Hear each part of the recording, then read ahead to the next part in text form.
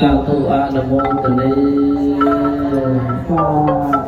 Namo tassa bhagavato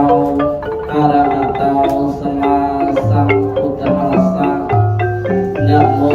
tassa bhagavato arahato sama sambuddhassa Namo tassa bhagavato arahato sama sambuddhassa Namo Ratana Tejasa Wajritu Prabhutum Kenyam Prakarana Som Namaskarចំពោះគុណនៃព្រះរតនត្រ័យទាំង3ដែលមានពុទ្ធរតនមួយកាយគឺព្រះពុទ្ធទាំងរតនមួយកាយគឺព្រះធម៌សង្ឃរតនមួយកាយគឺព្រះសង្ឃដោយសេចក្តីគោរពនិងសេចក្តីចិត្តណាមួយដំណើរទៅសូមនមស្ការចំពោះកណាគុណចាស់គ្រប់ព្រះអង្គហើយទៅសូមធ្វើសេចក្តីរាប់អានចំពោះអិសរាធិបតីសម្លេងតាមទានប្រធានតាមបទនៃសពទាំងមូលដែលត្រូវជាកូនដែលត្រូវជាចៅដែលត្រូវជាសាច់ញាតិសិក្សាមហិនៃក្រុមគ្រួសារទាំងអស់ដោយសេចក្តីរាប់អាននៅក្នុងពលិឱកាសនេះពីយើងជាពុទ្ធបរិស័ទក៏បាននិមន្តព្រះសង្ឃសម្ដែងនៅសក្ការបរិត្តចប់សពគ្រប់ហើយនៅក្នុងពលិឱកាសនេះក៏ដល់ទីវេលានិងអរតនីសម្ដែងនៅព្រះធម៌ទេសនានៅក្នុងពលិឱកាសនេះចឹងការសម្ដែងព្រះធម៌ទេសនានៅក្នុងពលិឱកាសនេះក៏ដល់ទីវេលានិងអង្គខ្ញុំព្រះករុណាមកពីក្នុងលើកយកព្រះធម៌ទេសនាហើយការអនុញ្ញាតអំពីព្រះអង្គទ្រង់ចាត់ការផងនៅក្នុងវេលាឱកាសនេះនឹងយកព្រះធម៌មកសម្ដែងដើម្បីចែកជាធម្មទានដើម្បីជាបរិកាលៈតបស្នងឆ្លងសទ្ធារបស់អស់លោកជាពុទ្ធបរិស័ទដែលបានអញ្ជើញចូលរួមនៅក្នុងកម្មវិធីបុណ្យជាបណ្ណកិច្ចរបស់ឧបាសិកា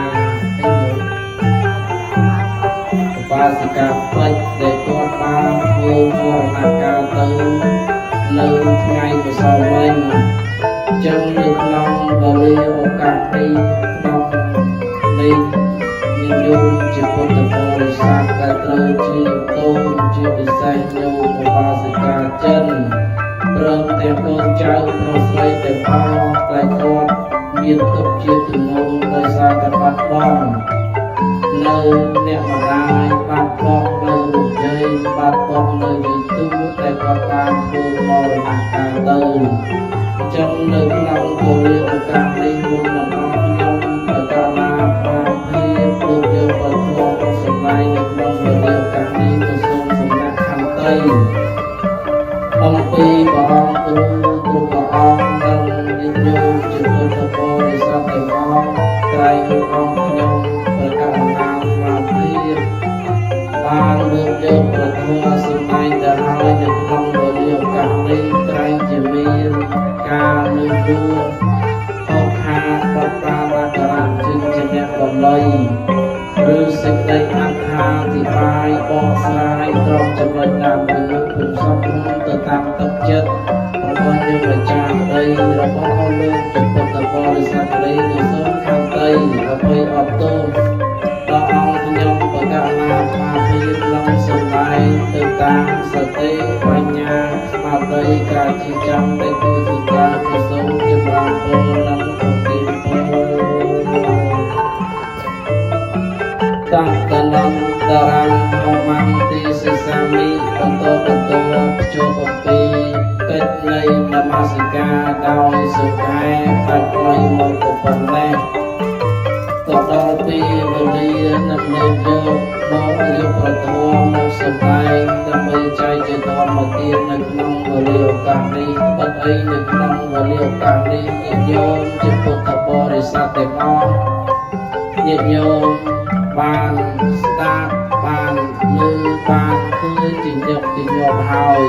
គឺឲ្យឈ្មោះថាពិធីបុណ្យជាបណ្ណកិច្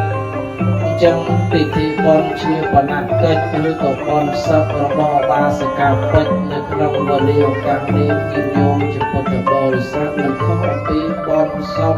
ជាបណ្ណាកិច្ចរបស់ញាតិញោមពីមុនមកដែរពីព្រោះថា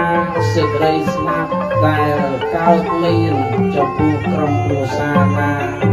ហើយក្រុមគ្រួសារញាតិញោមតែងតែមានទុកជាទម្ងន់ដោយញោមម្ចាស់គាត់មានឧស្សាហ៍ចឹងហើយដែលនាំឲ្យយើងកើតទុកដោយសារតែយើងកើតនៅក្នុងត្រៃកុណធម៌ទាំង3យ៉ាងដែលមានអនិច្ចំទុក្ខំអនត្តាពីព្រោះថាអនិច្ចំនេះញាតិញោមជាពុទ្ធបរិស័ទធម៌អនិច្ចំនេះគឺកើតមានចំពោះគ្រប់រូបទាំងញោមទាំងអាត្មាហើយអនិច្ចំនេះប្រែថាមិនទៀងនេះមិនមែនថាមិនទៀងទៅចំពោះឧបាសិកាពេជ្រនឹងអត់ទេពីព្រោះថាធម៌នឹងកើតមានចំពោះមនុស្សទេវតាសពសត្វសំបីតែទេវតាសំបីតែអិនព្រំក៏អិនក៏នៅតែមានអនិច្ចំនឹងដែរញោមប្រសងឧបាសកឧបាសិកាទីយុតិយុកាសិក្សាគ្រប់សន្តិគណៈទាំងអស់គឺស្ថិតនៅក្នុងអនិច្ចំពីព្រោះថាអនិច្ចំនេះគឺជាធម៌ដែលទៀងញោមអត់មានបុគ្គលណាពិតផុតទេអនិច្ចំនេះគឺប្រមានន័យថារូបរាងកាយរបស់យើងនឹងវាមិនទៀងទាត់ទេប្រែប្រួលពីមួយថ្ងៃទៅមួយ